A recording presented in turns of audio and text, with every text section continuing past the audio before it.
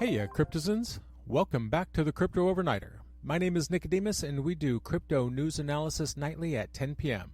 And keep in mind, none of this should be considered financial advice. And it's Monday, January 30th, 2023. And how's your week starting off? Is it a good one? The Charity Commission is investigating the Effective Ventures Foundation. Now that's a charity supported by Sam Bankman-Fried. They're checking to see if the charity's assets are safe and if the leaders are doing their job properly. The charity considered FTX's bankruptcy to be a major event, due in no small amount to the large amount of money received from its philanthropic arm. The commission stated that there is no evidence of any wrongdoing by the leaders at present. The investigation is to make sure that the charity's assets are protected and that the leaders are doing their job correctly. The commission said that the leaders are cooperating. However, the investigation may be expanded if more problems arise.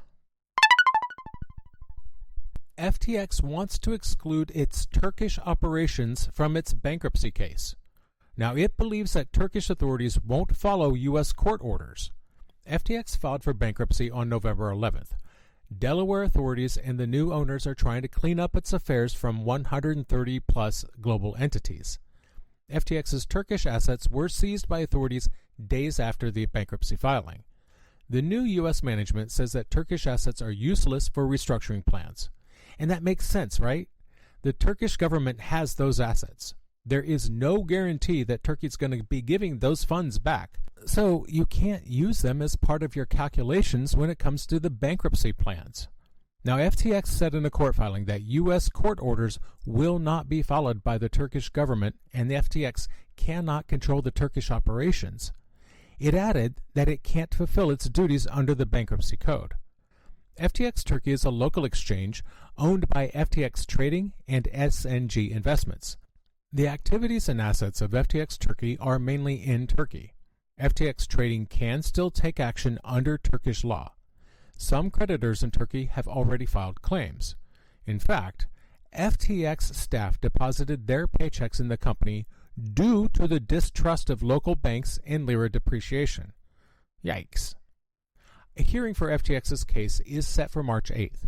Creditors outside the U.S. want to make sure that they're included in the case, so they've formed a committee to represent them.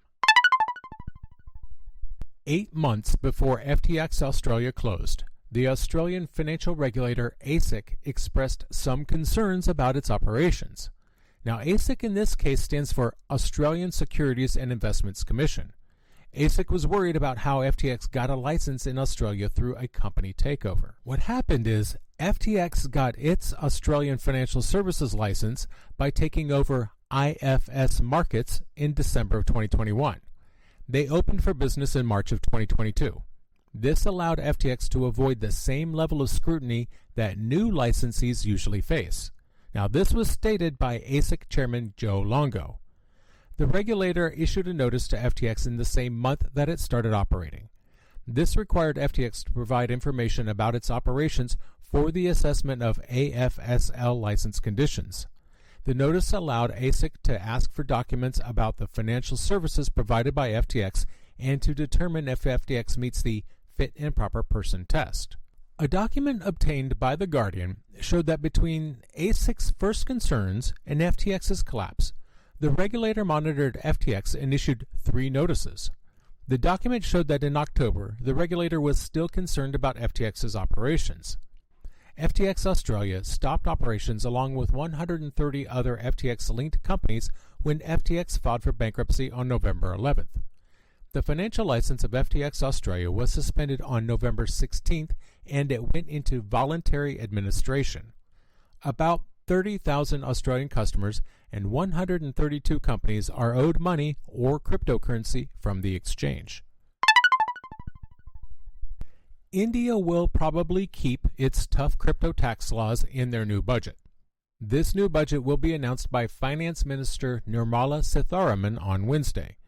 The budget shows how the government intends to spend its money, and last year it included high taxes on crypto, like a 30% tax on profits and a 1% tax taken on all crypto transactions.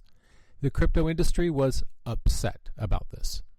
After the announcement, crypto trading dropped quickly. In the 9 months that followed, Indians moved $3.8 billion worth of trading to foreign crypto exchanges. Interest in crypto also decreased. The crypto industry and policy experts want the tax taken from transactions, or TDS, to be reduced to either 0.01% or at least 0.1%. The head of public policy at CoinSwitch, Kuber, said the current 1% TDS locks up capital with every sale, and it does not match the government's goals of tracking transactions. The high tax is causing crypto users to move to other countries. The crypto industry suggested alternative tax plans, like a tax based on how much profit is made instead of a fixed 30% tax. Also discussed were letting people use their losses to lower their tax bill and studying the best way to tax crypto. The Bharat Web3 Association is a group representing the Indian crypto industry, and they're the ones that presented these ideas to the government. Now, people involved in crypto regulation hope for a tax cut, but don't think that it's going to happen. A crypto tax lawyer in India's Supreme Court said that he hopes for a tax cut to prevent investors from moving assets abroad and losing tax revenue, but again, doesn't expect it to happen. Policy experts believe that while there are reasons for a tax cut, the country has other priorities. The Prime Minister said that crypto regulation needs to be done globally, and the Finance Minister, who is leading the G20, said that figuring out how to regulate crypto is important for India. A source close to India's G20 efforts said India can't propose new crypto rules while they're still working on global coordination. India has not acted on a crypto bill since early last year.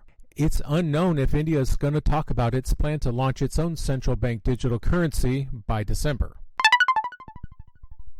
The SEC Philippines is seeking public input on draft rules for crypto under a consumer protection law. The regulator is implementing rules outlined in a law approved by former President Duterte in May. The draft rules classify crypto as securities. The draft defines securities as tokenized securities products derived from cryptocurrencies technology. Crypto usage rose in the Philippines in 2022 due to a bull market, but ended with bankruptcies, prompting regulators to take action. The public has until February 7th to comment on the SEC's draft law. The state aims to protect consumers in financial markets with transparency, fair market conduct, fair handling of disputes, and following global best practices. The MSRD will supervise companies offering securities or related services. Panama's crypto bill is being reviewed by the Supreme Court to decide the future of the country's crypto industry. The bill was passed last year, and the president of Panama, Laurentino Cortizo, sent the bill to the High Court, claiming it goes against the Constitution and cannot be enforced. The Supreme Court will decide if the crypto bill should be changed or declared unenforceable. The president's office believes parts of the bill are unconstitutional because they go against the state's separation of powers and create government structures. Cortizo vetoed the cryptocurrency regulation bill back in June due to inadequate procedures. He said the bill needed more work to follow the new financial regulations and prevent money laundering. The National Assembly and the government have been arguing about the bill since April, when the Assembly passed a proposal for regulating cryptocurrencies like Bitcoin. Cortizo demanded extra anti-money laundering rules before he would sign it. In September of 2021, a bill was introduced to make Panama fit for the digital economy. In April, it was approved by the Economic Affairs Committee and passed a few days later. According to the legislation, people in Panama can use cryptocurrencies like Bitcoin and Ethereum for any kind of payment in civil or commercial operations. The bill also regulates the tokenization of precious metals and issuance of digital value. The government's Innovation Authority will explore using blockchain or ledger technology for digital identity. Binance and MasterCard introduced a prepaid rewards card in Brazil. Customers can use cryptocurrency to make purchases and pay bills with 90 million merchants through MasterCard's network. Both new and existing Binance customers can use the card. The card has benefits like 8% cashback in crypto on eligible purchases and no fees for ATM withdrawals. Soon it will be available in Brazil, making it the second Latin America country after Argentina where it can be used. User funds will be changed from crypto to fiat currency in real time when making a purchase. A 0.9% conversion fee applies to payments made with crypto. Binance's general manager for Brazil, Guilherme Nazar, said that Brazil is an important market for Binance and that they will keep investing in new services for local users and support the growth of blockchain and the crypto industry in the country. Brazil passed a law last year making crypto payments legal but not legal tender. The bill was signed into law by the president at the end of the year. Marcelo Tangione is MasterCard's Brazil manager, and he said Brazilians are excited about using crypto for more than just investment. The Binance card in Brazil will support 14 cryptocurrencies, including Bitcoin and Ethereum. Binance plans to support more cryptocurrencies and to make the card available in more countries. Guy Zeiskin is the CEO of Secret Labs, and he's questioning the actions of the Secret Foundation and its leader, Tor Baer. They support the Secret Network, which is a private blockchain. Now, Zeiskin claimed a lack of transparency, a loss from an OTC sale, and a possible loan to a failing trading firm. I wonder who he means. He made these claims on the Secret Network's governance forum. Zeiskin accused the Secret Foundation of selling a lot of secret tokens in 2021 and Baer of keeping a big part of it secret. He wants the foundation to be changed to a non-profit, to give back all of its funds to the community, and to apply for grants to support the ecosystem.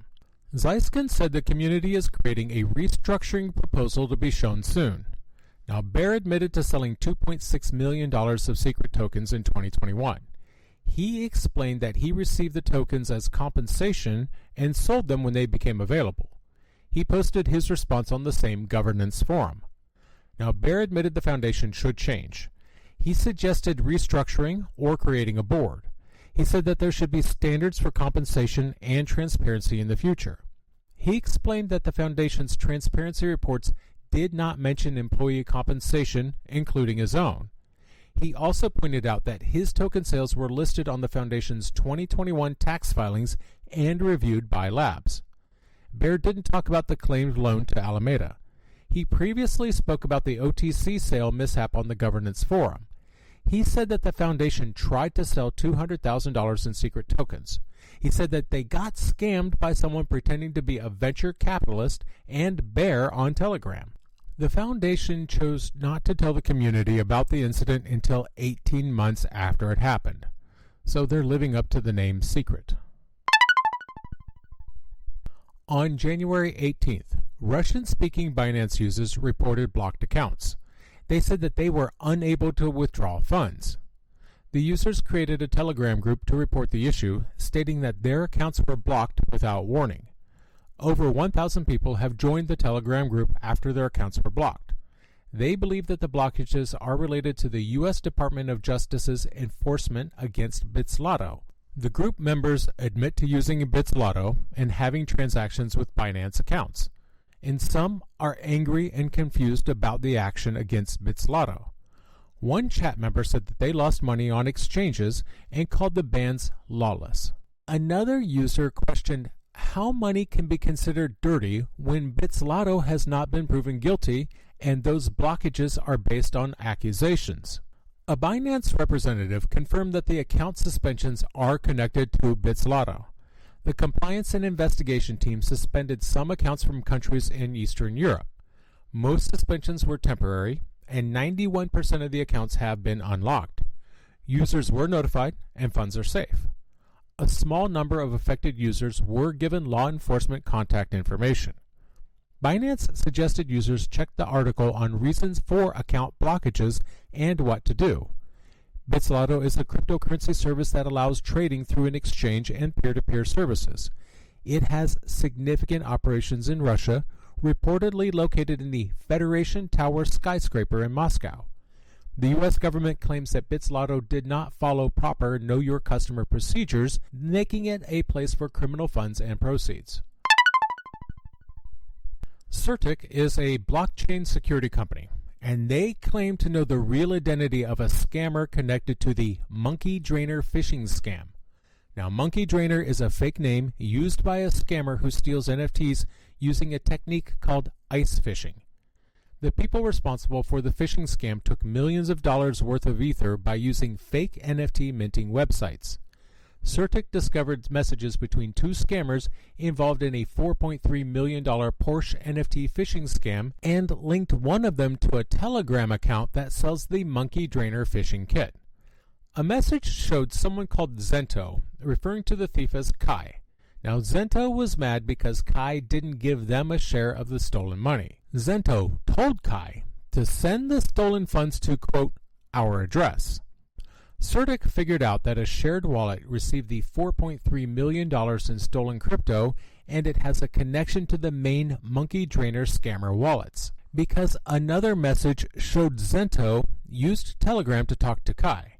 Now, CertiK found Zento's real name on Telegram, and they run a group that sells phishing kits to other scammers. Now, CertiK found that many other online accounts could be linked to Zento, including a GitHub account that posted tools for stealing crypto. If those connections are real, Zento is a French person living in Russia. Now, phishing scams that drain crypto wallets have become very successful recently. Look at Kevin Rose. He's the co-founder of the Moonbirds collection, and he lost over $1.1 million worth of NFTs to a scam. Then there's that guy, NFT God. He's a Twitter influencer who also lost Ethereum and a bunch of NFTs from their wallet after downloading harmful software from a Google ad. And that's going to do it for us tonight. I want to thank you, my listeners, because when you stop listening, I will stop talking. If you enjoyed tonight's show, please like, follow, subscribe, or leave a review. Do something to attract other people to the show. We'll see you tomorrow night.